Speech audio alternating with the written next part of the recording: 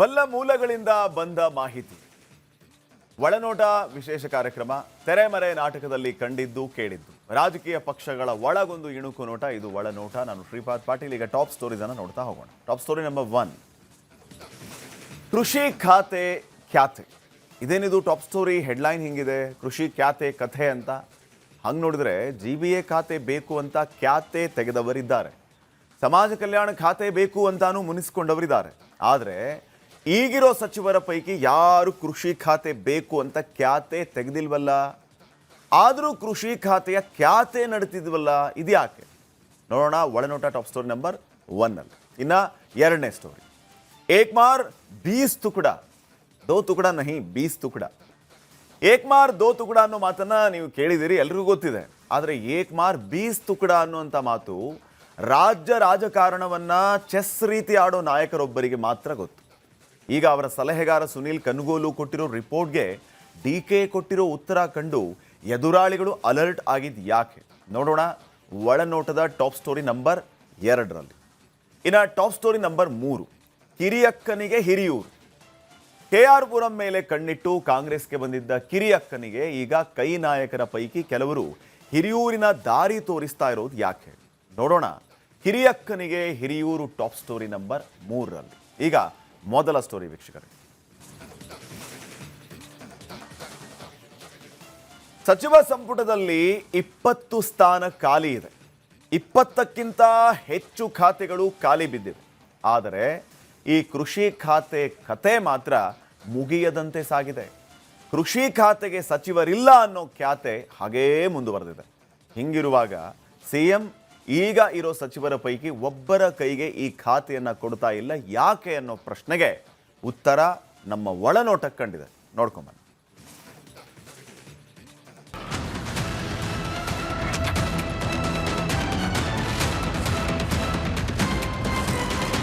ಕಳೆದ ವಾರವೆಲ್ಲ ಅಯ್ಯೋ ಮಳೆ ಇಲ್ಲ, ನೀರಿಲ್ಲ, ಬರಗಾಲ ಅಂತ ಬಡ್ಕೊಂಡ್ರು ಕೇಳೋಕೆ ಕೃಷಿ ಸಚಿವರಿಲ್ಲ. ಈಗ ಮಳೆ ಬಂತು, ಅಯ್ಯಯ್ಯೋ ಬಿತ್ತನೆ ಮಾಡೋ ಟೈಮ್ ಎಲ್ಲ ಮುಗಿದ್ಮೇಲೆ ಮಳೆ ಬರ್ತಿದೆ, ಏನ್ ಮಾಡೋದು, ಈಗ ನಮಗ್ ಪರಿಹಾರ ಕೊಡೋರು ಯಾರು ಅಂತ ಕೇಳಿದ್ರು ಉತ್ತರ ಕೊಡೋಕೆ ಈಗ್ಲೂ ಕೃಷಿ ಸಚಿವರಿಲ್ಲ. ಒಟ್ನಲ್ಲಿ ನಮ್ಮ ರೈತರನ್ನ ಹೇಳೋರು ಕೇಳೋರು ಯಾರೂ ಇಲ್ಲ ಅಂತ ಗೊಣಗುತ್ತಾ ಎಂಟ್ರಿ ಕೊಟ್ರು ನಮ್ಮ ಗುಸುಗುಸು ಗೋವಿಂದನ್ನ. ಅರೆ ಇದೊಳ್ಳೆ ಕತೆ ಆಯ್ತಲ್ಲನ್ನ. ಮಳೆ ಬರ್ಲಿಲ್ಲ ಅಂದ್ರೆ ಬರಗಾಲ ಅಂತ ಗೊಣಗೋದು, ಮಳೆ ಬಂದ್ರೆ ಅಯ್ಯೋ ಪ್ರವಾಹ ಅಂತ ದೂರೋದು, ಇದೇ ಆಯ್ತು. ಸಾಲ್ದು ಅಂತ ಕೃಷಿ ಸಚಿವರಿಲ್ಲ ಅಂತ ಬೇರೆ ನಿಮ್ಮ ವರಾತ. ಯಾಕೆ ಹಂಗೆ ಹೇಳ್ತೀರಿ? ಈಗ CM ಇಲ್ವಾ, ಅವರು ನೋಡ್ಕೋತಾ ಇಲ್ವಾ, ಅವರು ಈಗ ಓಡಾಡ್ತಿಲ್ವಾ ಅಂತ ಕೆಣಕಿದಾಗ ಬಾಯ್ ಬಿಟ್ರು ನೋಡಿ ಗೋವಿಂದನನ ಕಿವಿಗೆ ಬಿದ್ದ ಗುಸುಗುಸು. ವಿಷಯ ಏನಪ್ಪಾ ಅಂದ್ರೆ ಎಲ್ಲರೂ ಕೃಷಿ ಖಾತೆ ಯಾರಿಗೂ ಕೊಟ್ಟಿಲ್ಲ. ಕೃಷಿ ಖಾತೆಗೆ ಸಚಿವರೇ ಇಲ್ಲ ಅಂತ ಹೇಳಿದ್ದನ್ನೇ ಹೇಳ್ತಾರಲ್ವಾ. ಹೆಂಗಿದ್ರು ಈಗ 13 ಜನ ಮಿನಿಸ್ಟರ್ಗಳಿದ್ದಾರೆ, ಯಾರೋ ಒಬ್ರಿಗೆ ಕೊಟ್ಟು ಬಿಡೋದಪ್ಪ, ಏನಾಗುತ್ತೆ. ಈಗಿರೋ ಬಹುತೇಕ ಮಂತ್ರಿಗಳೆಲ್ಲ ಸೀನಿಯರ್ಗಳೇ, ಎಲ್ರಿಗೂ 2 ಖಾತೆ ನಿಭಾಯಿಸಿ ಗೊತ್ತಿದೆ. ಹಿಂಗಿರುವಾಗ ಇದೊಂದು ಖಾತೆ ದೊಡ್ಡದಾ ಅವರಿಗೆ? ಹಿಂದೆ ಕೃಷ್ಣ ಭೈರೇಗೌಡರು ಕೃಷಿ ಸಚಿವರಾಗಿ ಕೆಲಸ ಮಾಡಿರ್ಲಿಲ್ವಾ? ಅವ್ರಿಗೆ ಕೊಡ್ಬೋದಿತ್ತು. ಅಥವಾ ಈಗ RDPR ಮಿನಿಸ್ಟರ್ ಆಗಿದಾರಲ್ಲ ಈಶ್ವರ್ ಖಂಡ್ರೆ ಅವರಿಗೆ ಕೊಟ್ಟಿದ್ರೆ ಅವರು ನೋಡ್ಕೋತಿದ್ರು. ಅತ್ತ MB ಪಾಟೀಲರು ಹಿಂದೆ ಜಲಸಂಪನ್ಮೂಲ ಸಚಿವರಾಗಿ ಕೆಲಸ ಮಾಡಿದವರು, ಅವರಿಗೂ ಕೃಷಿ ಖಾತೆ ಏನ್ ದೊಡ್ಡದಲ್ಲ. ಹಿಂಗಾದ್ರೂ ಯಾಕೆ ಯಾವ ಸಚಿವರಿಗೂ ಈ ಖಾತೆ ಕೊಟ್ಟಿಲ್ಲ, ಏನ್ ಕತೆ ಅಂತ ಸಖತ್ ಚರ್ಚೆ ಆಗ್ತಿದೆ ಅಂದಿದ್ದು ವಿಧಾನಸೌಧದ ಕಾರಿಡಾರ್ನ ಮೂಲಗಳು. ಹೌದಲ್ವಾ? CM ಎಲ್ಲಾ ತಮ್ಮ ತಲೆ ಮೇಲೆ ಹೊತ್ಕೊಳ್ಳೋ ಬದಲು ಬೇರೆ ಸಚಿವರಿಗೆ ಈ ಜವಾಬ್ದಾರಿ ಕೊಡಬಹುದಲ್ವಾ? ಯಾಕೆ ಕೊಡ್ತಿಲ್ಲ ನೋಡೇ ಬಿಡೋಣ ಅಂತ ಚೆಕ್ ಮಾಡೋಕೆ ಹೋದ ಗೋವಿಂದನ್ನ ವಿಧಾನಸೌಧದ ಗೋಡೆಗೆ ಕಿವಿ ಸಿಕ್ಕಿಸಿ ಬಂದಿದ್ದಾರೆ. ಆದ್ರೆ DK ಶಿವಕುಮಾರ್ ಮಾತ್ರ ಕೃಷಿ ಖಾತೆ ಯಾರಿಗೂ ಕೊಟ್ಟಿಲ್ಲ ಯಾಕೆ ಅನ್ನೋ ಬಗ್ಗೆ ಯಾವ ಗುಸುಗುಸುನು ಕಿವಿಗೆ ಬಿದ್ದಿಲ್ವಂತೆ.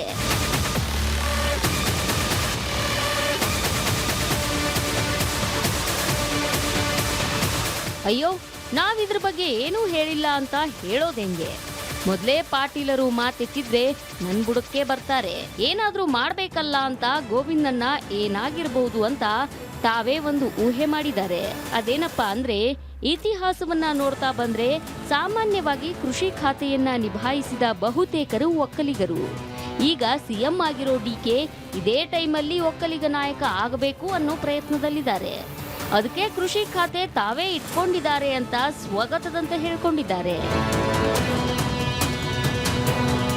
ಆದ್ರೆ ಅಸಲಿ ವಿಷಯ ಏನಪ್ಪಾ ಅಂದ್ರೆ ಈ ಕೃಷಿ ಖಾತೆ ಯಾರಿಗೂ ಕೊಡದೆ ಸಿಎಂ ತಾವೇ ಇಟ್ಕೊಂಡಿರೋದು ಸುಮ್ಮನೆ ಅಲ್ಲ. ಒಕ್ಕಲಿಗ ಶಾಸಕರೊಬ್ಬರಿಗೆ ಕೊಟ್ಟ ಮಾತು ಇದೆಯಲ್ಲ ಅನ್ನೋ ಸಚಿವಾಕಾಂಕ್ಷಿಗಳ ಒಳ ಮಾತಿನ ಮರ್ಮ ನಮ್ಮ ಒಳನೋಟಕ್ಕೆ ಕಂಡಿದೆ. ರಿಪಬ್ಲಿಕ್ ಕನ್ನಡ, ಬೆಂಗಳೂರು.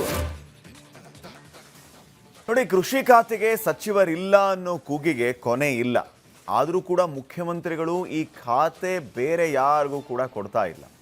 ಕೃಷಿ ಖಾತೆ ಸಿಎಂ ಕೈಯಲ್ಲಿರೋ ಮರ್ಮ ಯಾರಿಗೂ ಗೊತ್ತಿಲ್ಲ. ಹಾಗಿದ್ರೆ ಏನದು ಮರ್ಮ? ಹಲವು ಹಿರಿಯ ಸಚಿವರಿದ್ರೂ ಕೂಡ ಅವರಿಗೆ ಈ ಖಾತೆಯನ್ನು ಕೊಡ್ತಾ ಇಲ್ಲ, ನೋಡ್ಕೊಳ್ಳಿ ನೀವು ಅಂತ ಹೇಳಿ. ಈ ಕಡೆ ಸಂಪುಟ ವಿಸ್ತರಣೆಯನ್ನೂ ಕೂಡ ಮಾಡಲಾಗ್ತಾ ಇಲ್ಲ. ಹಿಂಗಾಗಿ ಕೃಷಿಗೆ ಯಾರು ಇಲ್ಲ ಅನ್ನೋಂಥ ಖ್ಯಾತೆ ಸದ್ಯಕ್ಕೆ ಮುಗಿತಾ ಇಲ್ಲ. ಇದೇ ರೀತಿ ಪರಿಸ್ಥಿತಿ ಮುಂದುವರೆದ್ರೆ ಮುಂದೆ ಹೇಗೆ ಅನ್ನೋಂಥ ಪರಿಸ್ಥಿತಿ. ಅದರಲ್ಲೂ ಮುಖ್ಯವಾಗಿ ಭಾಳ ವೀಕ್ಷಕರೇ, ರಾಜ್ಯದಲ್ಲಿ ಯಾವ ರೀತಿಯ ಪರಿಸ್ಥಿತಿ ಇದೆ ಈಗ? ಮಳೆ ಇಲ್ಲ. ಮಳೆಯ ಕೊರತೆಯಿಂದ ರೈತರು ಕಂಗಾಲಾಗಿದ್ದಾರೆ. ಕೃಷಿ ಇಲಾಖೆಯನ್ನು ನೋಡಿಕೊಳ್ಳೋ ಸಚಿವರಿಲ್ಲ. ರೈತರು ಕಂಗಾಲಾಗಿರೋದನ್ನು ಕೃಷಿ ಇಲಾಖೆ ನೋಡಬೇಕಾಗಿತ್ತು, ಕೃಷಿ ಸಚಿವರು ನೋಡಬೇಕಾಗಿತ್ತು, ಸರ್ಕಾರ ನೋಡಬೇಕು. ಆದರೆ ಕೃಷಿ ಸಚಿವರೇ ಇಲ್ಲ ಅಂದಾಗ ರೈತರ ನೋವನ್ನು ಯಾರು ಗಮನಿಸ್ತಾರೆ ಅನ್ನುವಂತಹದ್ದು ಈಗ ಪ್ರಶ್ನೆ ಆಗುತ್ತೆ.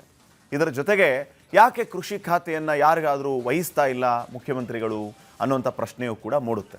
ಈ ಎಲ್ಲ ವಿಚಾರಗಳ ಬಗ್ಗೆ ನಾವು ಮಾತಾಡೋಣ. ಗುಸುಗುಸು ಗೋವಿಂದ ಇದ್ರ ಬಗ್ಗೆ ಏನಾದರೂ ಮಾಹಿತಿಯನ್ನು ತಗೊಂಡ್ಬಂದಿದ್ದಾರಾ ಮೂಲಗಳಿಂದ? ವೀರೇಂದ್ರ ಅವ್ರಿಗೆ ಏನಾದರೂ ಹೇಳಿದ್ದಾರಾ ನನ್ನ ಕೋಲಿಗೆ? ಕೇಳೋಣ. ವೀರೇಂದ್ರ, ಭಾಳ ಮುಖ್ಯವಾದಂಥ ವಿಚಾರ ಈಗ ಸದ್ಯಕ್ಕೆ ಯಾವ ರೀತಿಯ ಪರಿಸ್ಥಿತಿ ಇದೆ ರಾಜ್ಯದಲ್ಲಿ ನಾವು ನೋಡಿದ್ದೀವಿ. ನನಗನ್ಸುತ್ತೆ ಬಹುಶಃ ಗೋವಿಂದಣ್ಣವ್ರಿಗೆ ಇದು ಅನುಮಾನನ ಅಂತ. ನಾವಿಷ್ಟು ದಿನ ನಾನು ಅನುಮಾನ ವ್ಯಕ್ತಪಡಿಸ್ತಾ ಇದ್ದೆ ಗೋವಿಂದಣ್ಣನ ಮೂಲಕ್ಕೆ. ಈಗ ಬಹುಶಃ ಗೋವಿಂದಣ್ಣಂಗೂ ಅನುಮಾನ ಮೂಡ್ತಾ ಇದೆಯಾ ಈ ವಿಚಾರವಾಗಿ ಅನ್ನುವಂಥ ಪ್ರಶ್ನೆ ಮೂಡ್ತಾ ಇದೆ. ಯಾಕೆ ಅಂತಂದ್ರೆ ಈಗ ಸೆಕೆಂಡ್ ರೌಂಡ್ ಸಂಪುಟ ವಿಸ್ತರಣೆ ಆದಂಥ ಸಂದರ್ಭದಲ್ಲಿ ಚಲುವರಾಯಸ್ವಾಮಿ ಅವರು ಬರಲಿ ಅಂತ ಕಾಯ್ತಿದ್ದಾರಾ? ಚಲುವರಾಯಸ್ವಾಮಿ ಅವ್ರಿಗೋಸ್ಕರ ವೇಟಿಂಗಾ? ಇನ್ನೂ ಕೂಡ ಕೃಷಿ ಖಾತೆಯನ್ನು ಯಾರಿಗೂ ಕೊಡಲಿಲ್ಲ. ಏನಾಗ್ತಾ ಇದೆ? ಪಾಟೀಲ್ರೆ, ನೀವು ಅನುಮಾನ ವ್ಯಕ್ತಪಡಿಸೋದಕ್ಕೂ ಪದೇ ಪದೇ ಗುಸುಗುಸು ಗೋವಿಂದಣ್ಣನ ಕರೀರಿ ಅಂತ ಹೇಳೋದಕ್ಕೂ ಅವ್ರ ಮೂಲದ ಬಗ್ಗೆಯೇ ಅನುಮಾನ ವ್ಯಕ್ತಪಡಿಸೋದಕ್ಕೂ ಇವತ್ತು ಗುಸುಗುಸು ಗೋವಿಂದಣ್ಣವರು ಈ ಕೃಷಿ ಖಾತೆ ಬಗ್ಗೆ ಅವರು ವಿಧಾನಸೌಧದ ಗೋಡೆಗಳಿಗೆ ಸಿಕ್ಕಿಸಿದ ಕಿವಿಗಳಿಗೆ ಏನು ಸಿಗದೆ ಇರೋದಕ್ಕೂ ಸರಿಯಾಗೋಯ್ತು ನೋಡಿ. ನಿಮಗಂತೂ ಒಳ್ಳೆ ಆಹಾರ ಇವತ್ತು ಬಿಡ್ತೀರಾ ನೀವು. ಆದರೆ ನೀವು ಹೇಳೋದ್ರಲ್ಲಿ ಈಗ ಚಲುವರಾಯಸ್ವಾಮಿ ಅವರಿಗೋಸ್ಕರ ಏನಾದ್ರು ಕಾಯ್ತಾ ಇದ್ದಾರೆ ಅಂತೇಳಿ ಅದು ಮಾತ್ರ ಅಷ್ಟು ಸುಲಭ ಇಲ್ಲ ಪಾಟೀಲ್ರೆ. ನಾವೇ ಮಾತಾಡ್ಕೊಳ್ಳೋಣ ಇವತ್ತು. ಯಾಕೆ ಗೊತ್ತಾ ನೋಡಿ, ಚಲುವರಾಯಸ್ವಾಮಿ ಅವ್ರಿಗೆ ಕೊಡೋಕ್ಕೆ ನಾವು ತುಂಬ ಸತಿ ಈಗ 5-6 ಸ್ಟೋರಿಯಲ್ಲಿ ಡಿಸ್ಕಸ್ ಮಾಡಿಬಿಟ್ಟಿದ್ದೀವಿ. ಒಕ್ಕಲಿಗ ಶಾಸಕರು ಎಷ್ಟು ಜನ ಕಾತ್ಕೊಂಡು ನಿಂತಿದ್ದಾರೆ ಅಂತ. 20 ಜನ ಒಕ್ಕಲಿಗ ಸಮುದಾಯದ ಶಾಸಕರಿದ್ದಾರೆ. ಹೌದಾ ಪಾಟೀಲ್ರೆ? ಹೌದು.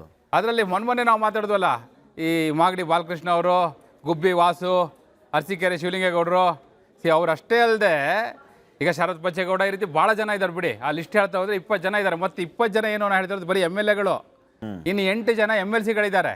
ಹಿಂಗಿರುವಾಗ ಚಲುವರಾಯಸ್ವಾಮಿ ಅವರಿಗೋಸ್ಕರ ಕಾತ್ಕೊಂಡು ನಿಂತಿದ್ದಾರಾ ಅಂತ ಕೇಳಿದ್ರೆ ವಿಧಾನಸೌಧದ ಮೂಲಗಳು ಹೇಳ್ತಾ ಇವೆ, ಇಲ್ಲ ಹಂಗಿಲ್ಲ, ಈ ಸತಿ ಅಷ್ಟು ಸುಲಭ ಇಲ್ಲ, ಹಂಗಾಗೋದಿಲ್ಲ ಅಂತ ಮೂಲಗಳು ಹೇಳ್ತಾ ಇವೆ ಪಾಟೀಲ್ರೆ. ಇದು ಬಹುಶಃ ಈಗ ಗೋವಿಂದಣ್ಣಂಗೂ ಈ ವಿಚಾರ ಗೊತ್ತಾಗ್ತಲ್ಲ ಅಂತಂದ್ರೆ ಬೆಟರ್ ಏನ್ ಮಾಡೋಣ ಗೊತ್ತಾ, ಇವತ್ತು ಗೋವಿಂದಣ್ಣ ಆಯ್ತು ಪಾಪ ವಿಶ್ರಾಂತಿ ತಗೊಳ್ಳಿ ಈ ವಿಚಾರಕ್ಕೆ. ಅವರು ದಿನ ಎಷ್ಟು ಅಂತ ನಿಮ್ಗಾದ್ರೂ ವಿಚಾರ ಕೊಡ್ತಾರ ಅವರು? ನೀವು ಅವ್ರು ವಿಚಾರ ಕೊಟ್ಟರು ನಾನೆಲ್ಲಿ ಸುಮ್ಮನೆ ಒಪ್ಕೊಂಡ್ಬಿಡ್ತೀನಿ ಅದನ್ನ. ಹಿಂಗಾಗಿ ಈ ವಿಚಾರದ ಬಗ್ಗೆ ಅವ್ರಿಗೂ ಅನುಮಾನ ಇದೆ ಅಂತಂದ್ರೆ ನಾವೇನ್ ಮಾಡೋಣ ಹೇಳಿ, ನಾವೇ ಮಾತಾಡ್ಕೊಳ್ಳೋಣ. ಬಹುಶಃ ನನಗನ್ಸುತ್ತೆ ವೀರೇಂದ್ರ, ಈಗ DK ಶಿವಕುಮಾರ್ ಅವರಿಗೆ ಲಿಟ್ರಲಿ ಯಡಿಯೂರಪ್ಪ ಅವ್ರ ಪರಿಸ್ಥಿತಿ ಬಂದಿದೆಯಾ ಅಂತ ನನಗನ್ಸುತ್ತೆ. ಯಾಕೆ ಅಂತ ಕೇಳಿ, ಯಡಿಯೂರಪ್ಪ ಅವರು ಹಿಂದೆ ಮುಖ್ಯಮಂತ್ರಿ ಆಗಿದ್ದ ಸಂದರ್ಭದಲ್ಲಿ ಏನಾಗಿತ್ತು? ಅತಿವೃಷ್ಟಿ ಆಗಿತ್ತು, ಒಬ್ಬರು ಮುಖ್ಯಮಂತ್ರಿ, ಕ್ಯಾಬಿನೆಟ್ ವಿಸ್ತರಣೆ ಆಗಿರಲಿಲ್ಲ, ಯಾರು ಸಚಿವರು ಇರಲಿಲ್ಲ. ಆ ವಯಸ್ಸಲ್ಲೂ ಬೆಳಗಾವಿ ಹೋಗಿ ನಿಂತ್ಕೊಂಡ್ರು. ಅಲ್ಲಿ ಏನೇನು ಆಗಬೇಕು ಅದನ್ನ ಮಾಡೋದಕ್ಕೆ ಬಹಳ ಮುತುವರ್ಜಿಯನ್ನು ವಹಿಸಿದ್ರು ಅನ್ನೋದು ಒಂದು ಕಡೆ. ಆದ್ರೆ ಈಗ DK ಶಿವಕುಮಾರ್ ಅವ್ರ ಪರಿಸ್ಥಿತಿ ಹೇಗಾಗಿದೆ? ಮಳೆ ಬರ್ತಾ ಇಲ್ಲ, ಬರಗಾಲ ಬಂದಿದೆ, ಖಾತೆ ಇಲ್ಲ, ಕೃಷಿ ಖಾತೆ. ರೈತರನ್ನ ನೋಡಬೇಕು, ರೈತರನ್ನ ಮಾತಾಡಿಸ್ಬೇಕು, ರೈತರಿಗೆ ಒಂದು ಭರವಸೆಯನ್ನು ನೀಡಬೇಕು ಅಂತಂದ್ರೆ ನನಗನ್ಸುತ್ತೆ ಈ ಹೈಕಮಾಂಡ್ ಕಲ್ಚರ್ ಇರುವಂತಹ ನ್ಯಾಷನಲ್ ಪಾರ್ಟಿಗಳಿದೆಯಲ್ಲ, ಅವ್ರಗಳ ಕಥೆನ ಹಿಂಗೇನಾ ಅಂತ. ಯಾಕಂದ್ರೆ ರಾಹುಲ್ ಗಾಂಧಿ ಬರೋವರೆಗೂ ಕಾಯಬೇಕು, ಅವ್ರು ಬಂದ ಮೇಲೇ ಸಂಪುಟ ವಿಸ್ತರಣೆ ಅಂತ ಹೇಳಿ. ಆ ಕಡೆ ಯಡಿಯೂರಪ್ಪ ಅವರಿದ್ದಾಗಲೂ ಕೂಡ ಹಿಂಗೆ ಅಲದಾಡಿಸುವಂಥ ಕೆಲಸ ಆಯಿತು, ಅಲ್ಲೂ ಹೈಕಮಾಂಡ್ ಕಥೆನೇ. ಅಂದರೆ ಹೈಕಮಾಂಡ್ ಕಲ್ಚರ್ ಇರುವಂಥ ಪಾರ್ಟಿಗಳ ಕಥೆನೇ ಹಿಂಗೇನಾ?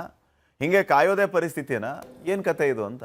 ಇಲ್ಲ, ನಮ್ಮ ಗೋವಿಂದಣ್ಣವರು ಇದು ಹೇಳ್ತಿರ್ತಾರೆ, ಹೈಕಮಾಂಡ್ ಏನು ಕೇಳಿದ್ರು ಹೈಕಮಾಂಡ್ ಅಂತಾರೆ ಅಂತ ಹೇಳಿ. ಪಾಟೀಲ್ರೆ, ಗೋವಿಂದಣ್ಣವರು ಯಾವಾಗಲೂ ಹೇಳ್ತಿರ್ತಾರೆ, ನೀವು ಯಾವುದೋ ಒಂದು ಮೂಲ ಅವ್ರಿಗೆ ಸಿಕ್ಕಿಲ್ಲ ಅನ್ನೋ ಕಾರಣಕ್ಕೆ ಅವ್ರನ್ನ ತೆಗೆದಾಕಕ್ಕಾಗಲ್ಲ. ಅವ್ರು ಭಾಳಷ್ಟು ಮಾತುಗಳಿಗೆ ನೀವೇ ಒಪ್ಪಿದ್ದೀರಾ ಇಲ್ವೋ ಪಾಟೀಲ್ರೆ? ಅಲ್ಲ ವೀರೇಂದ್ರ, ಅವ್ರನ್ನೇನು ನಾವು ತೆಗೆದಾಕ್ತಾ ಇಲ್ಲ, ಅವ್ರನ್ನ ಅಲ್ಲಗಳಿತೂ ಇಲ್ಲ, ನೀವೇನು ಬೇಜಾರು ಮಾಡ್ಕೋಬೇಡಿ. ಯಾಕಂದ್ರೆ ಮೊನ್ನೆ ನೀವು ಗೋವಿಂದಣ್ಣ ಮೂಲ ಒಪ್ಕೊಂಡ್ಬಿಟ್ಟೆ ನೀವು ಅಂತ ನೀವು ಹೇಳ್ಬಿಟ್ಟಿದ್ದೀರಲ್ಲ, ಹಿಂಗಾಗಿ ನಾವು ಸುಲಭವಾಗಿ ಬಿಡಲ್ಲ ಆ ವಿಚಾರಕ್ಕಷ್ಟೇ. ಆಮೇಲೆ ಪಾಟೀಲ್ರೆ, ಈಗ ನೋಡಿ, ಇಲ್ಲಿ 2 ಆಯಾಮ ಇದೆ. ಒಂದೇನು ಗೊತ್ತಾ, ಒಂದು ವಿಧಾನಸೌಧದ ಮೂಲಗಳು ಹೇಳ್ತಿರೋದೇನಪ್ಪ ಅಂದರೆ, ಈಗ ವಿಸ್ತರಣೆ ಮಾಡೋದು ಅಷ್ಟು ಸುಲಭ ಇಲ್ಲ, ಭಾಳಷ್ಟು ಜನ ಕಾದ್ಕೊಂಡು ನಿಂತಿದ್ದಾರಲ್ಲ, ಹಿಂಗಿರುವಾಗ ಅಷ್ಟು ಸುಲಭ ಇಲ್ಲ. ವಿಸ್ತರಣೆ ಕೈ ಹಾಕಿದ್ರೆ ಎಲ್ಲ ಒಟ್ಟಿಗೆ ಎದ್ದು ನಿಂತು ಬಿಡ್ತಾರಲ್ಲ ಅಂತೇಳಿ. ಮತ್ತೊಂದು ಹೈಕಮಾಂಡು ಕೂಡ ನೀವು ಹೇಳ್ದಂಗೆ ನೋಡಿ, ಅವಾಗ ಯಡಿಯೂರಪ್ಪನವರಿಗೂ ಅಷ್ಟೇ, ಆಗ ಹೈಕಮಾಂಡು ಯಡಿಯೂರಪ್ಪನವರಿಗೆ ಸಂಪುಟ ರಚನೆ ಮಾಡಲಿಕ್ಕೆ ಬಿಡಲಿಲ್ಲ. ಯಡಿಯೂರಪ್ಪನವ್ರು ಏಕಾಂಗಿಯಾಗಿ ನದಿ ಪ್ರವಾಹ, ಆ ಟೈಮಲ್ಲಿ ಮಳೆ ಬಂದು ಎಂಥ ಪ್ರವಾಹ, ನೆರೆ, ಅವರೊಬ್ಬರೇ ರಾಜ್ಯ ಸುತ್ತಾಡಿದ್ರು. ಈಗ ಅವ್ರಿಗೆ ಸಂಪುಟ ರಚನೆ ಮಾಡ್ಲಿಕ್ಕೆ ಬಿಡಲಿಲ್ಲ, ಇವರಿಗೆ ಸಂಪುಟ ವಿಸ್ತರಣೆ ಮಾಡಕ್ಕೆ ಬಿಡ್ತಾ ಇಲ್ಲ. ಹೀಗಾಗಿ DK ಶಿವಕುಮಾರ್ ಅವರು ಅನಿವಾರ್ಯವಾಗಿ ಇವಾಗ ಕಲಬುರಗಿಯಲ್ಲಿ ಇದ್ದಾರೆ, ಇವತ್ತು ಪ್ರಗತಿ ಪರಿಶೀಲನಾ ಸಭೆ ತಗೊಂಡಿದ್ದಾರೆ, ನಿನ್ನೆ ಬೀದರ್ಲಿದ್ದರು, ನಾಡಿದ್ದು ಬೆಳಗಾವಿಗೆ ಹೋಗ್ತಾ ಇದ್ದಾರೆ. ಅವರು ಈಗ ಕೃಷಿ ಸಚಿವರ ಕಾರ್ಯವನ್ನು ಅವರೇ ಮಾಡ್ತಾ ಓಡಾಡ್ತಾ ಇದ್ದಾರೆ ಅಂತೇಳಿ. ಅಂದರೆ ಈಗ ಯಾವ್ಯಾವ ಖಾತೆಗಳು ಉಳಿದಿದೆಯಲ್ಲ, ಈಗ 13 ಜನರಿಗೆ ಕೊಟ್ಟು ಉಳಿದಿದ್ದೆಲ್ಲ CM ಕೈಯಲ್ಲೇ ಇರೋದದು. ಹಂಗಂತೇಳಿ CM ಬೇರೆ ಆಲ್ಟರ್ನೇಟಿವ್ ದಾರಿ ಇಲ್ಲ ಅಂತಲ್ಲ, ನೀವು ಹೇಳ್ದಂಗೆ ಕೊಡ್ಬೋದಿತ್ತು, ಬೇರೆಯವರಿಗೂ ಕೊಡಲಿಕ್ಕೆ ಅವಕಾಶ ಇತ್ತು. ಈಗ ಉದಾಹರಣೆಗೆ ಯಾರಿಗೆ ಕೊಡ್ಬೋದಿತ್ತು ಅಂತ ಕೇಳೋದಾದ್ರೆ, ಈಗ ಅಸಮಾಧಾನ ಅಂದರೆ ಮುನಿಸಿಕೊಂಡಂತಹ ನೀವು ಮುನಿಯಪ್ಪ ಅಂತೀರಿ, ಕೆಲವರೆಲ್ಲ ಅವ್ರನ್ನ ಈಗ ಗೋವಿಂದಣ್ಣರು ಹೇಳ್ತಿರ್ತಾರೆ ಮುತ್ಸದ್ದಿ ಮುನಿಯಪ್ಪ ಅಂಥೇಳಿ. ಆ ಮುತ್ಸದ್ದಿ ಮುನಿಯಪ್ಪನವರಿಗೆ ಕೃಷಿ ಖಾತೆ ಕೊಟ್ಟು ಸಮಾಧಾನ ಮಾಡ್ಬೋದಿತ್ತಲ್ಲ, ಆದರೂ ಯಾಕೆ ಕೊಡ್ತಾ ಇಲ್ಲ? ಅದು ಯಾಕೆ ನಾವು ಈ ಚರ್ಚೆ ಮಾಡ್ತಾ ಇದ್ದೀವಿ ಅಂದರೆ, ಆ ಕಾರಣಕ್ಕಾಗಿ ಯಾಕೆ ಅವರಿಗೂ ಕೊಟ್ಟಿಲ್ಲ, ಖಾಲಿ ಓಡಾಡ್ಕೊಂಡಿರೋರಿಗೂ ಕೊಡ್ತಾ ಇಲ್ಲ, ಯಾಕೆ ಕೊಡ್ತಾ ಇಲ್ಲ ಅನ್ನೋ ಚರ್ಚೆ ಈಗ ವಿಧಾನಸೌಧ ಕಾರಿಡಾರಲ್ಲೇ ಭಾಳ ಕಾವು ಪಡೆದಿದೆ ಪಾಟೀಲ್ರೆ. ಅಲ್ಲ, ನನಗನ್ಸುತ್ತೆ ಬಹುಶಃ ಇವರು ಈಗ ಹೆಂಗೆ ಸಲಹೆಗಾರನಾಗಿ ಇಟ್ಕೋತಾರಲ್ಲ, ಹಾಗೆ ಒಂದು ಸಲಹೆಗಾರನಾಗಿ ಆದರೂ ಇಟ್ಕೋಬೋದಪ್ಪ. ಈಗ ರಾಜಕೀಯ ಸಲಹೆಗಾರರು ಅಂತಿರ್ತಾರೆ, ಕಾನೂನು ಸಲಹೆಗಾರರು ಅಂತಿರ್ತಾರೆ, ಮಾಧ್ಯಮ ಸಲಹೆಗಾರರು ಅಂತಿರ್ತಾರೆ. ಈಗ ಸಚಿವರಾಗಿ ಬರೋ ತನಕ ಅಥವಾ ಒಬ್ಬರಿಗೆ ಅಂತ ನಿರ್ದಿಷ್ಟವಾಗಿ ಆ ಖಾತೆಯನ್ನ ಕೊಡೋವರೆಗೂ ಇದಕ್ಕೂ ಒಂದು ಸಲಹೆಗಾರ ಅಂತ ಇಟ್ಕೊಳ್ಳಿ ಅವರು. ಯಾಕಂದ್ರೆ ಈಗ ಖಾತೆನೇ ಹಂಚಿಕೆ ಆಗಿಲ್ಲ, ನಾವು ನೋಡೋಕ್ಕಾಗಲ್ಲ, ಮಾಡೋಕ್ಕಾಗಲ್ಲ ಅಂತ ಹೇಳೋಕ್ಕಾಗತ್ತಾ? ರೈತರ ಸಮಸ್ಯೆನ ಕೇಳೋರು ಯಾರು? ಹಂಗಿದ್ರೆ ಎಲ್ಲ ನನಗೆ ಇರಲಿ ಅಂತ ಆದರೆ ಎಷ್ಟು ಅಂತ ಗಮನ ಹರಿಸ್ತಾರೆ DK ಶಿವಕುಮಾರ್ ಬೇರೆ. ಇದ್ರ ಬಗ್ಗೆನೂ ಅವ್ರು ಒಂದು ಸ್ವಲ್ಪ ಗಮನ ಹರಿಸ್ಬೇಕಂತ ನನಗನ್ಸುತ್ತೆ. ನಿಮ್ಗೇನನ್ಸುತ್ತೆ? ಸರಿ ಇದೆ, ನೀವು ಹೇಳ್ತಿರೋದು ಪಾಟೀಲ್ರೆ ವ್ಯಾಲಿಡ್ ಪಾಯಿಂಟ್. ಅದನ್ನ ನಾವು ತೆಗೆದಾಕಕ್ಕಾಗಲ್ಲ. ಹೆಂಗೆ ನೀವು ಗೋವಿಂದಣ್ಣ ತೆಗೆದಾಕಲ್ವೋ ಹಂಗೆ ನಾವು ನಿಮ್ಮನ್ನು ತೆಗೆದಾಕಕ್ಕಾಗಲ್ಲ, ಯಾಕಂದ್ರೆ ವ್ಯಾಲಿಡ್ ಪಾಯಿಂಟ್ ಹೇಳಿದಿರಿ ನೀವು. ಮತ್ತೆ ನೋಡಿ, ಈಗ ನಾವು ಮೊನ್ನೆ ರಾಜಕೀಯ ಎಳೆಯಾಗಿ ಬೆಳಗ್ಗೆ 11:30 ಬರುತ್ತಲ್ಲ ಆ ಪ್ರೋಗ್ರಾಮಲ್ಲಿ ಇದ್ರ ಬಗ್ಗೆ ಡೀಟೇಲ್ ಸ್ಟೋರಿ ಕೊಟ್ಟಿದ್ದೇವೆ. ಯಾವ್ಯಾವ ಖಾತೆಗಳು ಇಂಥ ಸಂದರ್ಭದಲ್ಲಿ ಸಚಿವರು ಇರಲೇಬೇಕು, ಅದ್ರಲ್ಲಿ ನಾವು ಹೇಳಿದ್ದೀವಿ ಅಧಿಕಾರಿ ವರ್ಗ ಇರುತ್ತೆ, ಈಗ ಸೆಕ್ರೆಟರಿಗಳು ಇರ್ತಾರೆ. ಸೊ ಹಾಗಿರುವಾಗ ಈಗ ಸಲಹೆಗಾರರು ಅಂತ ಒಂದು ಅವಕಾಶ ಇರುತ್ತೆ. ನೀವು ಹೇಳಿದ್ರಲ್ಲ, ಈಗ ಮುಖ್ಯಮಂತ್ರಿಗಳ ಸಲಹೆಗಾರರು, ರಾಜಕೀಯ ಸಲಹೆಗಾರರು, ಆರ್ಥಿಕ ಸಲಹೆಗಾರರು, ಈಗ ಅತೀಕ್ ಅವ್ರನ್ನ ತಗೊಂಡಿದ್ದಾರೆ, ಅತೀಕ್ ಅವರು ಇದ್ದಾರೆ. ಅದೇ ರೀತಿಯಲ್ಲಿ ಈಗ ನೀರಾವರಿ ಇಲಾಖೆಗೆ ಸಲಹೆಗಾರರಿದ್ರು ಹಿಂದೆ ಅಲ್ಲ, ಆ ರೀತಿ ತೆಗೆದುಕೊಳ್ಬಹುದಲ್ವಾ? ಈ ಟಾಕು ಕೂಡ ವಿಧಾನಸೌಧ ಕಾರಿಡಾರಲ್ಲೇ ನಡೀತಾ ಇದೆ. ನಾವೇನು ಮಾಡೋಣ ಗೊತ್ತಾ, ಈಗ ನೀವು ಒಪ್ಕೊಂಡಿದ್ದೀರಲ್ಲ ನಮ್ಮ ಗೋವಿಂದಣ್ಣರನ್ನ, ಅವ್ರ ಮೂಲಕ, ಅವರ ಮೂಲದ ಮೂಲಕ ಮುಖ್ಯಮಂತ್ರಿಗಳ ಕಿವಿಗೆ ಇದನ್ನು ಹಾಕ್ಸೋಣ. ಇವಾಗ ಯಾವಾಗಲೂ ಹೋಗಿ ಇವ್ರು ಬರೀ ಕಿವಿ ಸಿಕ್ಸ್ ಬರೋದು ಅಷ್ಟೇ ಅಲ್ಲ, ಬೇರೆಯವ್ರ ಕಿವಿಗೆ ವಿಷಯನೂ ಹಾಕ್ಸೋಣ. ನೀವು ಹೇಳಿದ್ದೀವಿ ವ್ಯಾಲಿಡ್ ಪಾಯಿಂಟ್ನ ಅವ್ರಿಗೊಂದು ತಲುಪಿಸ್ಬಿಡೋಣ ಗೋವಿಂದಣ್ಣನ ಮೂಲಕ. ಏನಂತೀರಿ? ಯಾವಾಗ ಮುಖ್ಯಮಂತ್ರಿಗಳನ್ನ ತಗೊಂಡ್ರು ತಗೋಬಹುದು. ಗೋವಿಂದಣ್ಣನ ಒಪ್ಕೊಂಡಿದ್ದೀರಲ್ಲ ಅಂತ ಒಂದು 10 ಸರಿ ಹೇಳಿದ್ರಿ ನೀವು. ಅಲ್ಲ, ನೀವು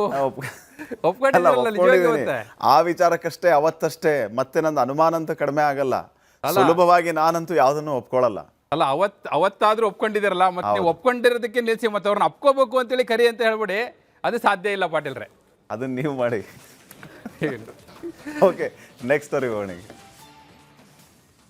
2028 ಎಲೆಕ್ಷನ್ಗೆ ಈಗಲೇ ಬ್ಲೂ ಪ್ರಿಂಟ್ ರೆಡಿ ಮಾಡ್ತಾ ಇರೋ ಕೈ ನಾಯಕರ ಕೈಗೆ ಪೊಲಿಟಿಕಲ್ ಸ್ಟ್ರಾಟಜಿಸ್ಟ್ ಸುನೀಲ್ ಕನಗೋಲು ಒಂದು ರಿಪೋರ್ಟ್ ಅನ್ನ ಕೊಟ್ಟಿದ್ದಾರೆ. ಆ ರಿಪೋರ್ಟ್ ನೋಡಿದ CM DK, ರಿಪೋರ್ಟ್ ನೋಡಿದ ನಂತರ ಆ ಕಡೆ ಈಕೆ ನೋಡಿದ ಯಾಕೆ ಅನ್ನೋದು ನಮ್ಮ ಗೋವಿಂದಣ್ಣಗೆ ಗೊತ್ತಾಗಿದೆ. ಹಿಂಗಾಗಿ ಆ ಗುಸುಗುಸು ಈಗ ಒಳನೋಟದ ಮೂಲಕ ನಿಮ್ಮನ್ನ ತಲುಪ್ತಾ ಇದೆ.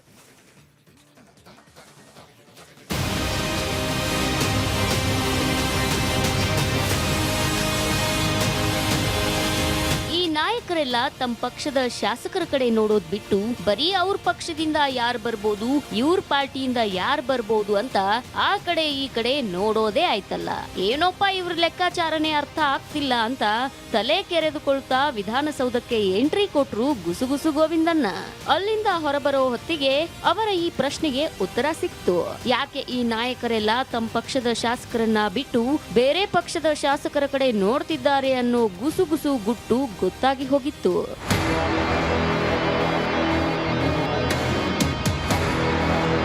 ಅರೆ ಗೋವಿಂದಣ್ಣ, ಯಾವ ನಾಯಕರು ಬೇರೆ ಕಡೆ ಅಂದ್ರೆ ಯಾವ ಪಕ್ಷದ ಕಡೆ ನೋಡ್ತಿದ್ದಾರೆ, ಯಾಕೆ ನೋಡ್ತಿದ್ದಾರೆ ಅಂತ ಕೇಳಿದಾಗ ಬಾಯ್ ಬಿಟ್ರು ನೋಡಿ ಅಸಲಿ ಗುಸುಗುಸು.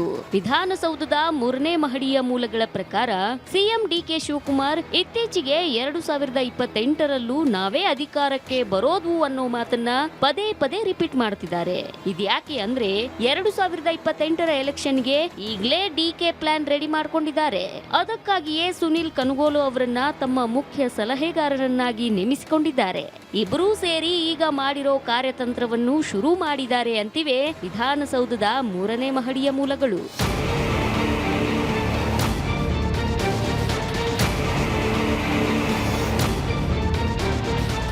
ವಿಧಾನಸೌಧದ 323ನೇ ನಂಬರಿನ ಕೊಠಡಿ ಮೂಲಗಳ ಪ್ರಕಾರ 2028ರಲ್ಲಿ ಕಾಂಗ್ರೆಸ್ ಸರ್ಕಾರ ಒಂದಷ್ಟು ಆಡಳಿತ ವಿರೋಧಿ ಅಲೆಯನ್ನ ಎದುರಿಸಲೇಬೇಕಾಗುತ್ತೆ ಅನ್ನೋ ವರದಿಯನ್ನ ಸುನಿಲ್ ಕನಗೋಲು ನೀಡಿದ್ದಾರೆ. ಈ ವರದಿಯಲ್ಲೇ ಕಾಂಗ್ರೆಸ್ ಪಕ್ಷದ ಹಾಲಿ ಶಾಸಕರ ಪೈಕಿ ಎಷ್ಟು ಸೀಟ್ಗೆ ಡೈರೆಕ್ಟ್ ಹೊಡೆತ ಇದೆ, ಅದಕ್ಕಾಗಿ ಏನ್ ಮಾಡಬೇಕು ಅನ್ನೋ ಸಲಹೆಯನ್ನು ನೀಡಿದಾರಂತೆ. ಅದರ ಪ್ರಕಾರ ಕಾಂಗ್ರೆಸ್ನ ಹಾಲಿ ಶಾಸಕರ ಪೈಕಿ ಮಿನಿಮಮ್ 20 ಶಾಸಕರು ಸೋಲೋದು ಪಕ್ಕಾ ಎಂಬ ಮಾಹಿತಿ ಕೊಟ್ಟಿದ್ದಾರೆ.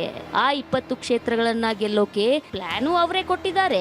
ಅದೇನಪ್ಪಾ ಅಂದ್ರೆ ಬಿಜೆಪಿ ಹಾಗೂ ಜೆಡಿಎಸ್ ಪಕ್ಷದ ಶಾಸಕರ ಪೈಕಿ 20 ಶಾಸಕರನ್ನ ಲಿಸ್ಟ್ ಮಾಡಿದ್ದಾರೆ. ಸ್ಥಳೀಯವಾಗಿ ಕ್ಷೇತ್ರ ಮಟ್ಟದಲ್ಲಿ ಆಡಳಿತ ವಿರೋಧಿ ಅಲೆ ಎದುರಿಸ್ತಾ ಇರೋ ಇಂಥ ಶಾಸಕರ ಕ್ಷೇತ್ರಗಳನ್ನ ಟಾರ್ಗೆಟ್ ಮಾಡಿ ಅಲ್ಲಿ ಈಗಿನಿಂದಲೇ ಕೈ ಅಭ್ಯರ್ಥಿಯನ್ನ ಫೀಲ್ಡ್ಗಿಳಿಸಿ ಕ್ಷೇತ್ರವನ್ನ ಗಟ್ಟಿ ಮಾಡಿಕೊಳ್ಳೋದು ಕನಗೋಲು ಪ್ಲಾನ್ ಅಂತಿವೆ ಆಪ್ತ ಮೂಲಗಳು. ಆದ್ರೆ ಸಿಎಂ ಆಪ್ತ ಮೂಲಗಳ ಪ್ರಕಾರ ಸುನಿಲ್ ಕನಗೋಲು ವರದಿ ನೋಡಿರೋ ಸಿಎಂ ಡಿಕೆ ಶಿವಕುಮಾರ್ ಅವರು ಬೇರೆನೆ ಪ್ಲಾನ್ ಮಾಡಿದ್ದಾರೆ. ಅದೇನಪ್ಪಾ ಅಂದ್ರೆ ಡಿಕೆ ಪ್ಲಾನ್ ಒಂಥರ ಏಕ್ ಮಾರ್ ದೋ ತುಕಡ ಅನ್ನೋ ಮಾತಿನಂಗೆ. ಇತ್ತೀಚೆಗೆ ಪರಿಷತ್ತಿನ ಎಲೆಕ್ಷನ್ ನಲ್ಲಿ ನೋಡಿದ್ರಲ್ಲ, ಥೇಟು ಹಂಗೆ ಆ ಎಲೆಕ್ಷನ್ ಆದಾಗಿನಿಂದಲೇ ಡಿಕೆ ಕೂಡ ಟಾರ್ಗೆಟ್ 20ರ ಪ್ಲಾನ್ ರೆಡಿ ಮಾಡಿದ್ದಾರೆ ಅಂತಿವೆ ಆಪ್ತ ಮೂಲಗಳು. ಇವರ 20ರ ಲೆಕ್ಕ ಹೇಗೆ ಅಂದ್ರೆ ಮೊನ್ನೆ ಪರಿಷತ್ತಿನ ಚುನಾವಣೆಯಲ್ಲಿ ಅಡ್ಡದಾರಿ ಹಿಡಿದು ಈಗ ಕವಲು ದಾರಿಯಲ್ಲಿ ನಿಂತಿರೋ ಶಾಸಕರನ್ನ ಕರೆ ತಂದು ಕಾಂಗ್ರೆಸ್ನಿಂದ ಕಣಕ್ಕಿಳಿಸಿ ಗೆಲ್ಲಿಸಿಕೊಳ್ಳೋ ಪ್ಲಾನ್ ಮಾಡಿದ್ದಾರೆ. ಈ ಮೂಲಕ ಕೈತಪ್ಪೋ 20 ಕ್ಷೇತ್ರಗಳನ್ನ ಮತ್ತೆ ಕೈಗೆ ತೆಗೆದುಕೊಳ್ಳೋ ಡಿಕೆ ತಂತ್ರ ನಮ್ಮ ಒಳನೋಟಕ್ಕೆ ಕಂಡಿದೆ. ವೀರೇಂದ್ರ, ಬಹುಶಃ ಟೂ ಅರ್ಲಿ ಅಂತ ಅನಿಸ್ತಾ ಅಥವಾ ರಾಜಕಾರಣಿಗಳು ಈ ರೀತಿಯ ಲೆಕ್ಕಾಚಾರ ಮಾಡೋದ್ರಲ್ಲಿ ತಪ್ಪೇನಿಲ್ಲ ಅಂತ ಹೇಳ್ತೀರಾ? ನಿಮಗೆ ನೆನಪಿದ್ರೆ ಪಾಟೀಲ್ರೆ, ಡಿ ಕೆ ಶಿವಕುಮಾರ್ ಅವರು ಈಗ ಮುಖ್ಯಮಂತ್ರಿ ಆಗೋಕ್ಕೂ ಮೊದಲು ಡೆಲ್ಲಿಗೆ ಹೋಗೋಕ್ಕೂ ಮೊದಲು KPCCಯಲ್ಲಿ ಕೂತ್ಕೊಂಡು ಒಂದು ಪ್ರೆಸ್ ಮೀಟ್ ಮಾಡಿದ್ರು. ಅವ್ರು ಏನು ಹೇಳಿದ್ರು ಗೊತ್ತಾವತ್ತು? ಬರ್ದಿಟ್ಕೊಳ್ಳಿ, ಇದೇ ಮಾತು ಹೇಳಿದವರು, ಬರ್ದಿಟ್ಕೊಳ್ಳಿ 28ಕ್ಕೆ ಮತ್ತೆ ನಾವೇ ಬರೋದು ಅಂತ ಹಿಂಗೆ ಹೇಳಿದ್ರು. ನೆನಪಿದ್ಯಾ? ನೆನಪಿದೆ. ಇದು ಮೂಲಗಳದ್ದಲ್ಲ, ಅಧಿಕೃತ ಹೇಳಿಕೆ ಪಾಟೀಲ್ರೆ. ನಮ್ ಗುಸುಗುಸು ಗೋವಿಂದಣ್ಣವರು ಆ ಪ್ರೆಸ್ ಮೀಟಲ್ಲೂ ಹಿಂದ್ಗಡೆ ಲಾಸ್ಟ್ ಚೇರಲ್ಲಿ ಕೂತಿದ್ರು. ಸೊ ಅವ್ರು ನೋಡ್ಕೊಂಬಂದು ಹೇಳಿದ್ರು ಹಿಂಗೆ ಹೇಳಿದ್ರು ಅಂತೇಳಿ. ನೀವು ಯೋಚನೆ ಮಾಡಿ ಅಲ್ಲಿಗೆ ಎಷ್ಟು ಮುಂದಿದ್ದಾರೆ ಅವರು ಅಂತೇಳಿ. ಟೂ ಅರ್ಲಿ ಏನಲ್ಲ ಅವರು. ಇನ್ಫ್ಯಾಕ್ಟ್ ಹೇಳಬೇಕು ಅಂದರೆ ಭಾಳ ಮುಂದಕ್ಕೆ ಹೋಗಿರ್ತಾರೆ. ಕೆಲವು ಸತಿ ನಮ್ಮ ಗುಸುಗುಸು ಗೋವಿಂದಣ್ಣರೇ ಹಿಂದುಳಿದು ಬಿಟ್ಟಿರ್ತಾರೆ. ನೀವು ಯಾವಾಗಲೂ ಹೇಳ್ತಿರಲ್ಲ ನಾವು ಒಪ್ಕೊಳ್ಳಲ್ಲ ಅಂತೇಳಿ.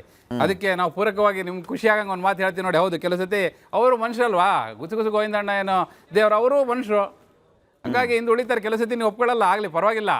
ಆದರೆ ಇದಕ್ಕೆ 2 ಆಯಾಮ ಇದೆ. ಈಗ ನೀವು ಕೇಳಿದ್ರಲ್ಲ, ಅದಕ್ಕೆ 2 ಆಯಾಮ ಇದೆ ಪಾಟೀಲ್ರೆ. ಈಗ ಒಂದು ರಿಪೋರ್ಟು ಸುನಿಲ್ ಕನಗೋಲು ಅವರು ಕೊಟ್ಟಿದ್ದಾರೆ ಅಂತ ಹೇಳಿ. ವಿಧಾನಸೌಧದಲ್ಲಿ 2ನೇ ಮಾಡಿ ಒಂದಿದೆ, 3ನೇ ಮಾಡಿ ಒಂದಿದೆ. ಈ 3ನೇ ಮಾಡಿ ಮೂಲದ್ದು ಹೇಳ್ತೀನಿ, 2ನೇ ಮಾಡಿ ಮೂಲದ್ದು ಹೇಳ್ತೀನಿ. ಮೊದಲು 2ನೇ ಮಾಡಿ ಮೂಲದ್ದು ಹೇಳ್ತೀನಿ ಕೇಳಿ. 2ನೇ ಮಾಡಿ ಮೂಲ ಹೇಳ್ತಿರೋದಂದರೆ ಅವ್ರು ಕೊಟ್ಟಿರೋ ರಿಪೋರ್ಟಲ್ಲಿ ಏನಂತ ಹೇಳಿದ್ದಾರೆ, 20 ಕ್ಷೇತ್ರಗಳು ಡೈರೆಕ್ಟಾಗಿ ನಮಗೆ ಎಫೆಕ್ಟ್ ಆಗುತ್ತೆ. ಈಗಿರೋ 136ರಲ್ಲಿ ನಾವು 20 ಕ್ಷೇತ್ರ ಅಂತೂ ಸೋಲೋ ಸಾಧ್ಯತೆ ನಿಚ್ಚಳವಾಗಿದೆ. ಹೀಗಾಗಿ ಏನು ಮಾಡಬೇಕು ನಾವು? ಎಲ್ಲೆಲ್ಲಿ BJP ಮತ್ತು JDS ಈಗ ಹಾಲಿ ಶಾಸಕರು ಅವ್ರು ವೀಕ್ ಇದಾರಲ್ಲ, ಅವರಿಗೊಂದು ಆಡಳಿತ ವಿರೋಧಿ ಅಲೆ ಅಂತ ಕ್ಷೇತ್ರದಲ್ಲಿ ಇರುತ್ತಲ್ಲ. ಈಗ ರಾಜ್ಯಕ್ಕೆ ಸರ್ಕಾರಕ್ಕೆ ಆಡಳಿತ ವಿರೋಧಿ ಅಲೆ ಇರೋದು ಒಂದು, ಕ್ಷೇತ್ರದಲ್ಲಿ ಆ ಶಾಸಕರಿಗೊಂದು ಆಡಳಿತ ವಿರೋಧಿ ಅಲೆ ಇರುತ್ತಲ್ಲ ಪಾಟೀಲ್ರೆ, ಅಂಥದ್ದನ್ನು ಟಾರ್ಗೆಟ್ ಮಾಡ್ಕೊಳ್ಳೋಣ. ಅದನ್ನು ಟಾರ್ಗೆಟ್ ಮಾಡ್ಕೊಂಡು ಅಲ್ಲಿ ನಮ್ಮ ಕ್ಯಾಂಡಿಡೇಟನ್ನು ಈಗಲೇ ಫೀಲ್ಡಿಗೆ ಇಳಿಸ್ಬಿಟ್ಟು ರೆಡಿ ಮಾಡೋಣ ಅಂತಲೇ ಒಂದು ರಿಪೋರ್ಟ್ ಕೊಟ್ಟಿದ್ದಾರೆ. ಯಾರು? ವಿಧಾನಸೌಧ 2ನೇ ಮಾಡಿ ಅವರು. ನೀವು ವಿಧಾನಸೌಧ 3ನೇ ಮಾಡಿಗೆ ಹೋಗ್ಬೇಕು. ಈಗ ವಿಧಾನಸೌಧಕ್ಕೆ ಹೋದರೆ ಕೆಂಗಲ್ ಸ್ಟ್ಯಾಚ್ಯೂ ಇದೆಯಲ್ಲ, ಆ ಕಡೆಯಿಂದ ನೀವು ಒಳಗೋದ್ರೆ ಲಿಫ್ಟಲ್ಲಾದರೂ ಹೋಗಿ ಮೆಟ್ಲತ್ಕೊಂಡಾದ್ರೂ ಹೋಗಿ ಒಂದೇ ಕಡೆ ಹೋಗುತ್ತೆ. 3ನೇ ಮಾಡಿಗೆ ಹೋದರೆ ನೀವು ಲೆಫ್ಟ್ ತಗೊಂಡು ಕೂಡಲೇ ಫಸ್ಟ್ ಚೇಂಬರ್ 323 ವಿಧಾನಸೌಧಕ್ಕೆ ಹೋದವ್ರು ನೋಡ್ಕೊ ಬರ್ಬೇಕು. ಅಲ್ಲಿ ಗುಸುಗುಸು ಗೋವಿಂದಣ್ಣರಿಗೆ ಒಂದು ಮೂಲ ಇದೆ. ಅಲ್ಲಿ ಹೇಳ್ತಿರೋದು ಏನಂದರೆ, ಅವ್ರು ಹೇಳ್ತಿರೋದು ಇಲ್ಲ, ಡಿ ಕೆ ಶಿವಕುಮಾರ್ ಅವ್ರ ಟಾರ್ಗೆಟ್ ಏನಿದೆ ಅಂದರೆ 20 ಕ್ಷೇತ್ರ ಯಾರೋ ಅವ್ರು 16 ಕ್ಷೇತ್ರ ನೋಡೋದಲ್ಲ, ಅಲ್ಲಿ ಯಾರ್ಯಾರು ಮೊನ್ನೆ ಕ್ರಾಸ್ ಔಟ್ ಎಲ್ಲ ಮಾಡಿದ್ರಲ್ಲ ಅಂಥವ್ರನ್ನೆಲ್ಲ ಲೆಕ್ಕ ಹಾಕೊಂಡು ಡೈರೆಕ್ಟ್ ಕಾಂಗ್ರೆಸ್ಗೆ ತಗೊಂಡ್ಬಿಡೋದು. ಅವ್ರನ್ನ ಯಾರ್ಯಾರು ಗೆಲ್ಲೋರು ಇದ್ದಾರೆ ಅಂಥವ್ರನ್ನ ಕಾಂಗ್ರೆಸ್ಸಿಗೆ ತಗೊಂಡ್ಬಿಡೋದು. BJP JDS ಇಂದ ಕಾಂಗ್ರೆಸ್ಸಿಗೆ ತಗೊಂಡು ಕ್ಯಾಂಡಿಡೇಟ್ ಮಾಡೋದು. ಆರಾಮಾಗಿ ಗೆಲ್ತೀವಲ್ಲ. ಅಲ್ಲಿ ಯಾರೋ ಸೋಲೋರ್ನ ಹುಡ್ಕೋದು, ಅಲ್ಲಿ ನಮ್ಮ ಕ್ಯಾಂಡಿಡೇಟನ್ನು ಕಳಿಸೋದು, ಅದಕ್ಕಿಂತ ಇದು ಈಸಿ, ಭಾಳ ಸುಲಭ ಆಯ್ತಲ್ಲ ಅಂತೇಳಿ ಅವ್ರ ಲೆಕ್ಕ. ಇದು ನೋಡೋಣ. 323ನೇ ಕೊಡ್ಡಿ ಮೂಲಗಳು ಪಾಟೀಲ್ರೆ. ಸೊ 2ರಲ್ಲಿ ಯಾವ್ದಾಗುತ್ತೆ ಕಾದ್ ನೋಡೋಣ ಪಾಟೀಲ್. ಇವರೆಲ್ಲ ಅನ್ಕೊಂಡಂಗೆ ಆಗೋಂಗೆ ಆಗಿದ್ರೆ ಇದಕ್ಕೆ ರಾಜಕಾರಣ ಅಂತ ಯಾಕೆ ಕರಿತಿದ್ವಿ ನಾವು? ನೀವು ಒಳನೋಟದಲ್ಲಿ ಚರ್ಚೆ ಏನಕ್ಕೆ ಮಾಡ್ತಾ ಇದ್ವಿ? ಆ ಸಂದರ್ಭದಲ್ಲಿ ಮತ್ತೇನೇನಾಗುತ್ತೆ ಕಾದ್ ನೋಡಂಗಿದ್ರೆ 3ನೇ ಸರಿ ನೋಡೋಣ. ಕೃಷ್ಣಪ್ಪನವರ ಪುತ್ರಿ ಪೂರ್ಣಿಮಾ ಅವರು KR ಪುರ ಕ್ಷೇತ್ರದ ಮೇಲೆ ಕಣ್ಣಿಟ್ಟೇ ಕಾಂಗ್ರೆಸ್ಗೆ ಕಾಲಿಟ್ಟಿದ್ರು. ಆದರೆ ಕೈ ನಾಯಕರ ಪೈಕಿ ಕೆಲವರು ಈಗ ಕಿರಿಯಕ್ಕ ಹಿರಿಯೂರಿಗೆ ಹೋಗಕ್ಕ ಅಂದಿದ್ಯಾಕೆ? ನಮ್ಮ ಗುಸುಗುಸು ಗೋವಿಂದಣ್ಣ ಅವ್ರಿಗೆ ಕ್ರಾಸ್ ರೋಡಿನಲ್ಲಿ ಸಿಕ್ಕ ರಾಜಕೀಯದ ಗುಸುಗುಸು ಇಲ್ಲಿದೆ.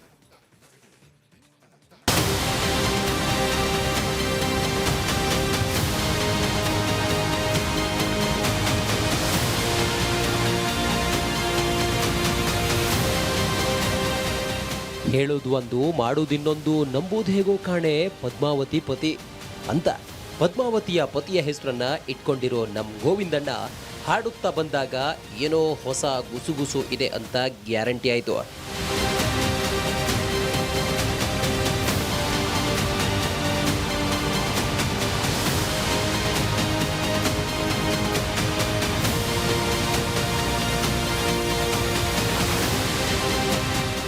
ಅರೆ ಗೋವಿಂದಣ್ಣ, ನಿನ್ನೆ ನೋಡಿದ್ರೆ ರಾಜ್ಕುಮಾರ್ ಸಿನಿಮಾದ ಡೈಲಾಗ್ ಹೊಡೆದ್ರಿ, ಇವತ್ತು ನೋಡಿದ್ರೆ ರಾಜ್ಕುಮಾರ್ ಸಿನಿಮಾ ಹಾಡು ಹೇಳ್ಕೊಂಡು ಬರ್ತಿದ್ದೀರಿ, ಏನು ವಿಷಯ ಅಂತ ಕೇಳಿದಾಗ ಬಾಯ್ ಬಿಟ್ರು ನೋಡಿ ಅಸಲಿ ಗುಸುಗುಸು.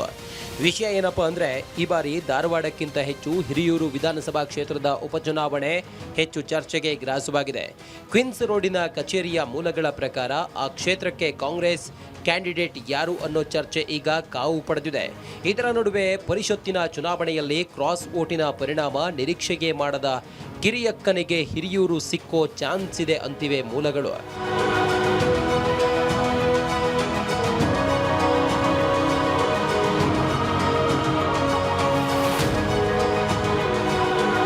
ಈ ಕಿರಿಯಕ್ಕ ಯಾರು? ಅವರು ಹಿರಿಯೂರಿಗೆ ಯಾಕೆ ಹೋಗ್ತಾರೆ ಗೋವಿಂದಣ್ಣ? ಸ್ವಲ್ಪ ಬಿಡಿಸಿ ಹೇಳಿ ಅಂದಾಗ ಬಾಯ್ಬಿಟ್ರು ನೋಡಿ ಗೋವಿಂದಣ್ಣ. ಹಿರಿಯೂರಿನ ಕತೆ ಗೋವಿಂದಣ್ಣ ಹೇಳಿದ ಪ್ರಕಾರ ಈ ಕಿರಿಯಕ್ಕ ಯಾರು ಅಂದ್ರೆ ಅವರು ದಿವಂಗತ ಕೃಷ್ಣಪ್ಪನವರ ಪುತ್ರಿ ಪೂರ್ಣಿಮಾ. ಇವರನ್ನ DK ಶಿವಕುಮಾರ್ ಅವರು ಪಕ್ಷಕ್ಕೆ ಕರೆತರುವಾಗ KR ಪುರಂ ಕ್ಷೇತ್ರದ ಟಿಕೆಟ್ ಕೊಡೋ ಭರವಸೆ ಕೊಟ್ಟಿದ್ರಂತೆ. ಆದ್ರೆ ಮೊನ್ನೆ ಪರಿಷತ್ತಿನ ಚುನಾವಣೆ ನಡೆದು ಕ್ರಾಸ್ ವೋಟಿಂಗ್ ಆದ್ಮೇಲೆ ಅದೇನಾಯ್ತೋ ಗೊತ್ತಿಲ್ಲ. ಈಗ ಈ ಕಿರಿಯಕ್ಕ ಹಿರಿಯೂರಿಗೆ ಹೋದ್ರೆ ಒಳ್ಳೇದು ಅಂತ ಕೈಪಾಳ್ಯದಲ್ಲೇ ಟಾಕ್ ಆಗಿದ್ಯಂತೆ.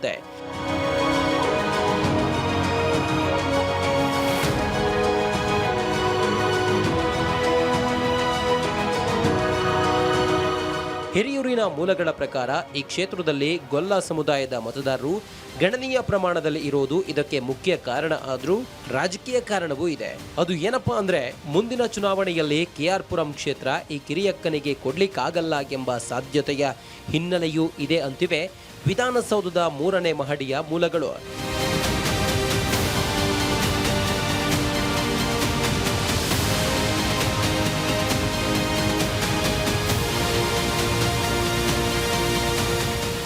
ಈ ಕಿರಿಯಕ್ಕನನ್ನ ಹಿರಿಯೂರಿಗೆ ಕಳಿಸೋ ಪ್ಲಾನ್ ಒಬ್ರು ಮಾಡ್ತಿದ್ರೆ, ಕ್ವೀನ್ಸ್ ರೋಡಿನ ಕಚೇರಿ ಮೂಲಗಳ ಪ್ರಕಾರ ಅಲ್ಲಿಗೆ ಹೊಸದಾಗಿ ಬಂದಿರೋ ನಾಯಕರು ಮಾತ್ರ ಇಲ್ಲ, ಕಿರಿಯಕ್ಕನೂ ಇಲ್ಲ, ಹಿರಿಯಕ್ಕನೂ ಇಲ್ಲ. ಹಿರಿಯೂರಿನಲ್ಲಿ ಶಾಸಕರಾಗಿದ್ದ ದಿವಂಗತ D ಸುಧಾಕರ್ ಅವರ ಪುತ್ರನೇ ಇದ್ದಾನಲ್ಲ ಅಂತ ಪ್ರಶ್ನೆ ಕೇಳಿದ್ದಾರೆ. ಇವರು ಪ್ರಶ್ನೆ ಕೇಳಿದ ಹಾಗೆಯೇ ಆದರೆ ಈ ಕಿರಿಯಕ್ಕನಿಗೆ KR ಪುರಮ್ಮು ಇಲ್ಲ, ಹಿರಿಯೂರು ಇಲ್ಲ ಅನ್ನೋ ಹಂಗ್ ಆಗುತ್ತೆ ಅನ್ನೋ ಗುಸುಗುಸು ಜೋರಾಗಿಯೇ ಕೇಳಬಂದಿದೆ.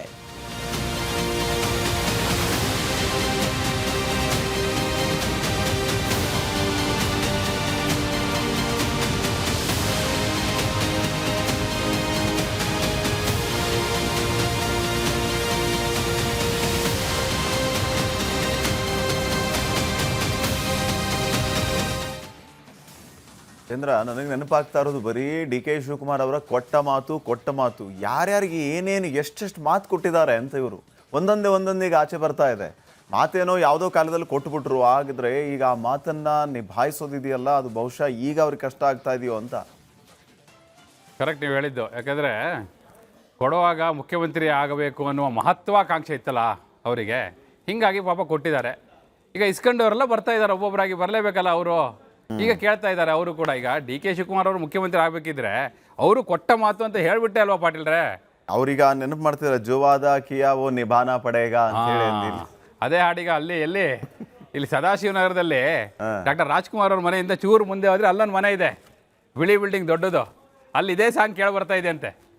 ನೀವು ಯಾರು ಪೊಲಿಟಿಕಲ್ ರಿಪೋರ್ಟರ್ಸ್ ಕೇಳಿ ಹೇಳ್ತಾರೆ ಯಾವ ಮನೆ ಅದು. ರಾಜ್ಕುಮಾರ್ ಅವ್ರ ಮನೆಯಿಂದ ಸೀದಾ ಹೋದ್ರೆ ಎಡಗಡೆ ಕಾಣಿಸೋ ದೊಡ್ಡ ಬಂಗ್ಲೆ ಯಾರ್ದು, ಬಿಳಿ ಬಂಗ್ಲೆ ಅಂತ ಕೇಳಿ.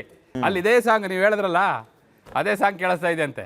ಇರಲಿ, ವಿಷಯಕ್ಕೆ ಬರೋಣ. ಏನಂದರೆ ನೋಡಿ, ಪೂರ್ಣಿಮಾ ಅವರು ಆ್ಯಕ್ಚುಲಿ ಅವ್ರು ಬಂದಿದ್ದು ಅವ್ರ ಗುರಿನೇ ಕೆ ಆರ್ ಪುರಂ. ಯಾಕೆ ಗೊತ್ತಾ, ಅಲ್ಲಿ ಅವರು ಕಾರ್ಪೊರೇಟರ್ ಆಗಿದ್ದರು BBMP-ಯಿಂದ 2010ರಲ್ಲಿ ಅವ್ರು ಕಾರ್ಪೊರೇಟರ್ ಆಗಿದ್ರಲ್ಲಿ.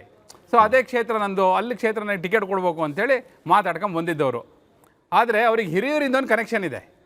ಹಿರಿಯೂರಿನ ಕನೆಕ್ಷನ್ ಹೆಂಗೆ ನೋಡಿ, ಅಲ್ಲಿ ಒಂದು ಗೊಲ್ಲ ಸಮುದಾಯದವರು ದೊಡ್ಡ ಸಂಖ್ಯೆಯಲ್ಲಿದ್ದಾರೆ ಆ ಕ್ಷೇತ್ರದಲ್ಲಿ. ಆ ಕಾರಣಕ್ಕೂ ಈಗ ಅವ್ರ ಹೆಸರಲ್ಲಿ ತೇಲ್ಬಿಟ್ಟಿದ್ದಾರೆ ಅಂತ.